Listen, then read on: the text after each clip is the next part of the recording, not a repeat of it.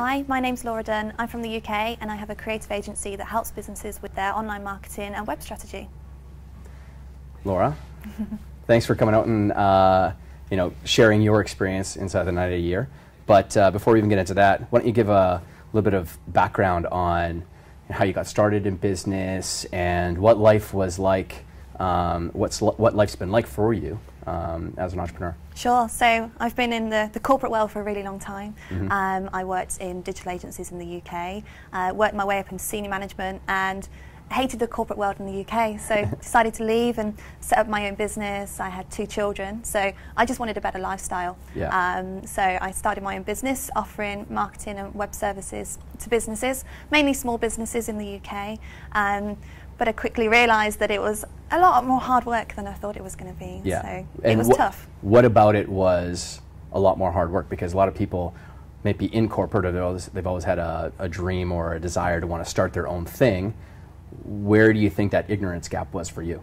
Oh, for me, definitely the amount of work that I had to manage on top of doing the work, so doing the projects and winning new business, managing the finance, it was a lot. So I was constantly working and constantly worrying about the next day's work and the week after work and the next month's work. So it was just a continual worry. Wearing the sales hat, the marketing hat, the finance, operations, the delivery hat, all that kind of good stuff. And so what was always your kind of biggest strategy or way of going about finding business for yourself? To be honest, I didn't really think about that too much. It was very much on a month-to-month basis, and I think that's where a lot of the worry came from. I wasn't too concerned about the next month as long as I had my money for that month. You know, I didn't really think about it too much. But I realised I was just earning like the same money each month, and you know, I was making good money, but it wasn't enough that fear wasn't in the back of my head. Where's the next money coming from? So was it like a boom and bust type cycle for yourself? Absolutely. Yeah. So then the 90-day year offer comes along. Where were you in your business, and what was it about the program that you were like, this might be the thing that I should get involved in? I thought that a lot of my issues in my business were in my head. And I was reading a lot of books about the brain and thinking that the magic answer was out there. And I was trying all kinds of different things, trying to cram more into my day. I was working 7 days a week, so I thought that the problem was in me. I didn't need any help with running my business or with it was all my head stuff. And just trying to overcome some of the And so when you say head stuff, because that's like a very kind of ethereal idea, like how did that actually, I talk about it inside the program, like on the field of play, how does head stuff translate onto, what does it actually look like then in your day when you're working? Like how are you working, or is it harried, or what is that kind of pace like for you in your day? It was too much. I was constantly working and never had a break because I couldn't think about anything but getting that work done. I was always busy. And I know that you're a mom to two young kids, and then how did that actually show up in your relationships as well? Like how does it? Because I mean, entrepreneurs, we go through this phase where it definitely we affect our personal lives a lot, and people have to put up with us.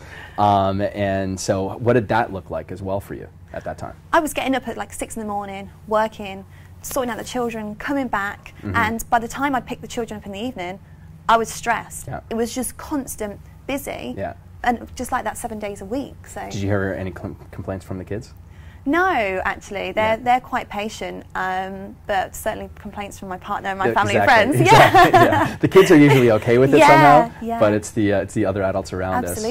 So that was kind of your situation. You were dealing with the head stuff, and then working just so much, week to week. Then what was it that you saw the 90-day year possibly solving for you? There was one video in particular when I was watching the launch, and it was about context switching. And it was when you were talking about people go from task to task to task in their day and don't seem to get everything done. And I looked at my to-do list, and I keep a record of everything. So I knew that I had a pile of things I had to do during the day. I wasn't getting through that pile, maybe a couple of things, but they weren't huge projects. They were just small things, and it would go to the next day, and I would probably chip a few things off the list. And I was conscious that I was going from task to task. Multitasking. You're so conditioned that you think that's how you should be working as a business owner. Multitasking is good, and that's what I was doing. It wasn't. It was context switching. Yeah, and plus people love to wear the badge of honor of, no, I'm great at multitasking. Yeah. I've actually mastered this thing called multitasking, and look at me how awesome I am. And just the reality is the data proves it out. There's no one on the planet that has mastered this thing called multitasking. When you put them up against someone who knows how to drive home a deliverable or a result and then move on to the next thing and then on to the next thing. Yeah, it was a real misunderstanding on my part on what was going on in my own business. Yeah. I thought I was great because I was busy. Yeah. I was like shuffling papers, and it wasn't until I got involved in your program and took a step back that I realised this isn't right. And it was that video, one video about context switching. I was like, oh no, that's me. And so have you purchased lots of like online type programs before, or have you gone to like workshops, back in the UK? Like, is this something that you consistently do is learning or not? Yeah, a ton of workshops in the UK. So particularly about productivity and managing your workload. And it was just all the same thing. And I would go away feeling excited about putting these things into practice. Yeah. In reality, they didn't work. And they didn't fit with my business as such. So, no, it was constant frustration that I hadn't found the right way of working. Sure. And ultimately, that led me to think that this was a me problem, Yeah. not necessarily a business problem at all. Yeah. So, what about like online programs? Had you taken many online programs before? Is that something that you would typically do or not do? No. And the reason I ask is because sometimes people are looking at doing something that would be considered maybe distance learning or online. They're like, well, how much value can I get? Or I really want to go and see something, go do something live and in person. Or tell me about your experience with that. Then. Yeah, I'd done one other program, but it was more about business skills rather than me skills. Yeah. Okay. So you actually put in your credit card details and you sign up for the program. What was your experience like during it? What were some of the best and most quality things you got out of it? Some of the best things I got was I got my confidence. So I got confidence in myself, confidence in my business, which led to a lot more business very quickly. Yeah. And ambition, actually, an ambition that I thought I'd lost. Yeah. I definitely lost it when I left the corporate world and started my own business because I was so busy, busy working all the time. Yeah. And actually, once I took a step back and implemented all the things we learned in the program, all of a sudden I had time in my business to think about the things I wanted and the bigger picture. So I think, and for you, I mean, you're sort of glossing over something that was really huge for you. Is you actually had 2 successful-ish businesses that you were really running. Yeah. And tell me about what happened to one of the businesses. So this wouldn't sound like it's actually a testimonial for something, but it's actually a very important distinction that business owners need to learn, which is. Yeah, so I had 2 businesses. I had, my online work, which I'd done for so long, and I felt like I needed a break from it. Yeah. So I wanted to do something creative, and I launched a wedding stationery business last year. Yeah. Which was doing well. It was okay. It wasn't making the same kind of money as web. Yeah. But I was enjoying it more. Yeah. And I realised that I loved it. I loved the wedding industry. I loved creating. Yeah. I think I'd lost a bit of passion for web. So I moved into that business, but it wasn't making me as much money.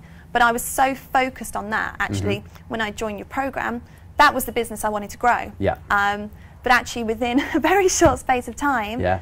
we looked at my 2 businesses, and you taught me that I need to let one go. Yeah. And the one that wasn't making me money, the minute I let that one go, I started making more money in my business, I had more time, and I started enjoying it again. Yeah. And it was so easy to let that go, actually. And you would think that that would be a difficult thing, but I just saw the bigger picture. And looking back now, it might seem like a tough decision to let go of a business that you love, but it felt easy because it was the right thing to do, and I was being taught other things that were more important to my web business. And it's a hard thing for people to do too. Yeah. Like to step away from something that, entrepreneurs, we get really, really attached to our own ideas, even if they're crap ideas sometimes. We've all done it. But we get so attached to them because we've just birthed this thing.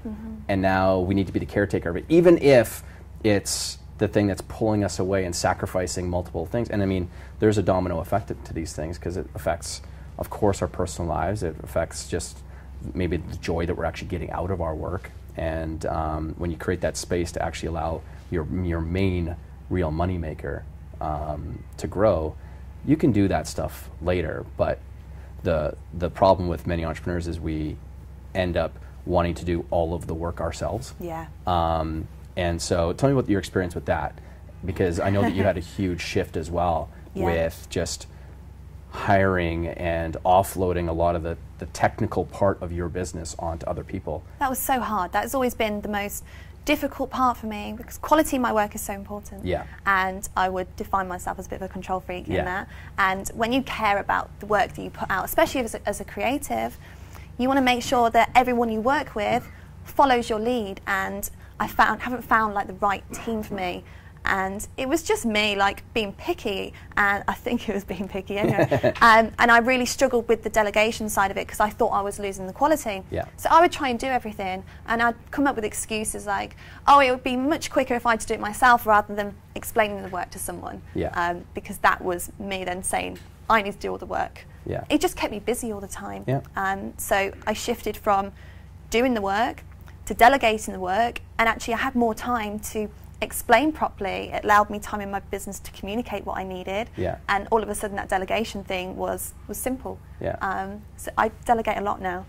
Yeah, you're definitely far more skilled at it. So what were some of the big surprises that you know, because we go in with an expectation of getting possibly something out of something that we purchase. It could be a product or any service. So coming into the 90-day year, what were some of the like really nice surprises that you got out of the program? Oh, the community. Yeah. Without a doubt. Like, the community is phenomenal, and the friends I've made, I've got friends all over the world now. Yeah. I'm here in New York, having spent the week with someone who's from Australia. So the whole experience from the community side for me was the one thing I wasn't expecting. Yeah. I knew I was going to get great results because I'd gone through like the program launch, and every single time I watched a video in the launch, I was like, oh, I'm excited. So I went into the program knowing that I was going to get something big out of it, but I didn't expect the community side. Yeah. And you did get, I mean, you can share your experience, you did get a business partner out of it too. Yeah, I did. So I have a new business partner, Kim in Australia. Yeah. And yeah, so we're launching a business this year.